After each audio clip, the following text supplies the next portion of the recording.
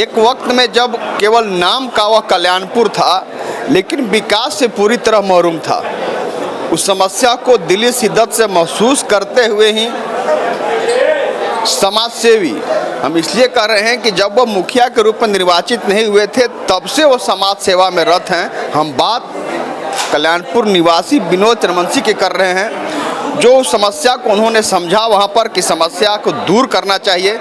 वो मुखिया निर्वाचित हुए थे, वहाँ से कई बहुत हद तक विकास किया गया। एक बार फिर से वह मुखिया प्रत्याशी के रूप में नामांकन उनके द्वारा किया गया। हमारे साथ मौजूद हैं, हम बात करेंगे। क्या हमने गलत कहा मुखिया जी कि एक समाजसेवी के तौर पर जब आप प्रतिनिधि नहीं भी निर्वाचित हुए तब से लेकर के आज तक वहाँ पर काम किया जाता रहा, आपने विकास को समझा वहाँ पर कि हाँ कोई अधिकार हाथ में आवे तब जाकर यहाँ पर विकास किया जा सकता है। किस रूप में था जब आप प्रतिनिधि निर्वाचित नहीं हुए थे, जब चुनाव नहीं हुआ था, किस रूप में था कल्याणपुर पंचायत का बड़ी मैंने बुरा हाल हो गया था। यहाँ तक कि जो प्रतिनिधि पंचायत में चुना जाता था वह लोगों का हक छीनना शुरू कर दिया। देना तो दूर की बात था।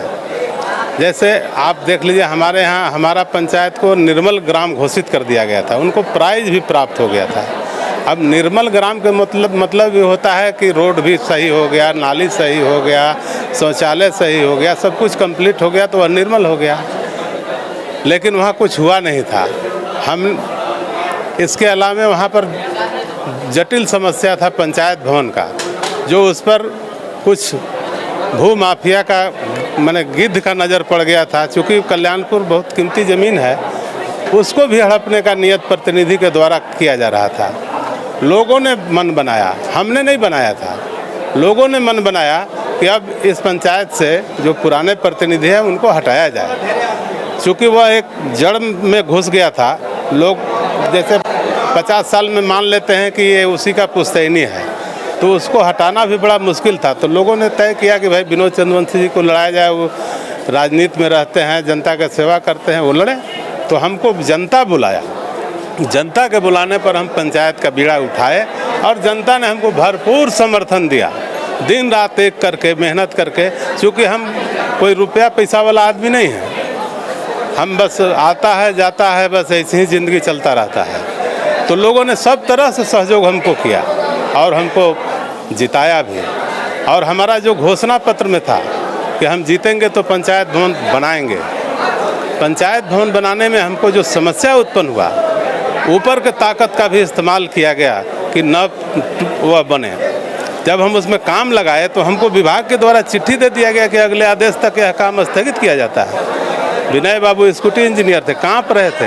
हमने कहा कि विनय बाबू अब आपका नौकरी जाए चाहे मेरा मुखिया ही जाए, मैं उसको तोड़ के काम कर दूंगा। और मैं किया भी।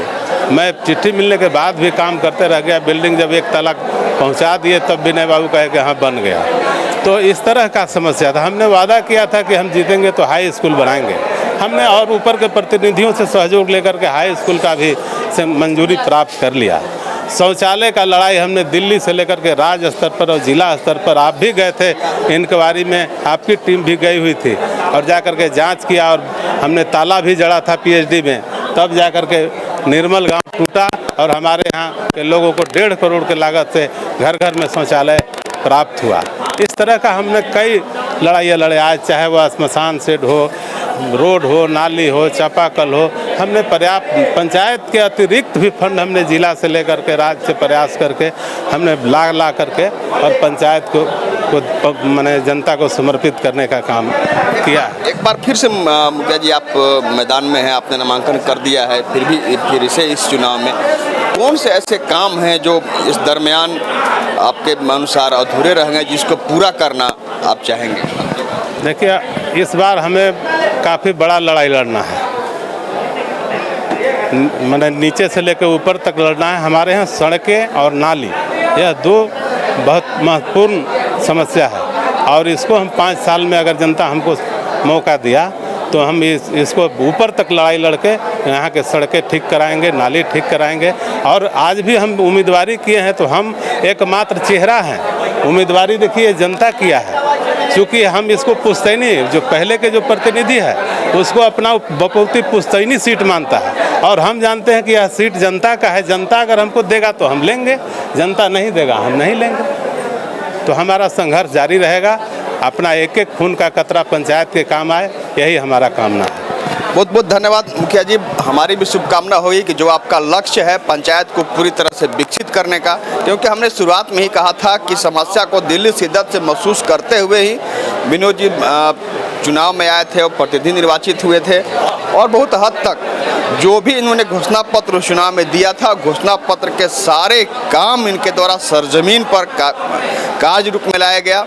अब एक बार फिर से पंचायत का कुछ अधिकार सीमित होता है, उस अधिकार के अलावे भी ऊपर तक पहुंच करके इनका कहना है कि इस बार अगर जनता हमें मौका देती है तो जिस समस्या से, जिस परेशानी से लोग परेशान हैं अभी, इसकी लड़ाई ऊपर तक लड़के उस योजना को सरजमीन पर कार्यान्वित कराने का काम करेंगे। कैमरामैन रोशन राज के साथ आशुतोष रंजन, बिंदास न्यूज, गढ़वा।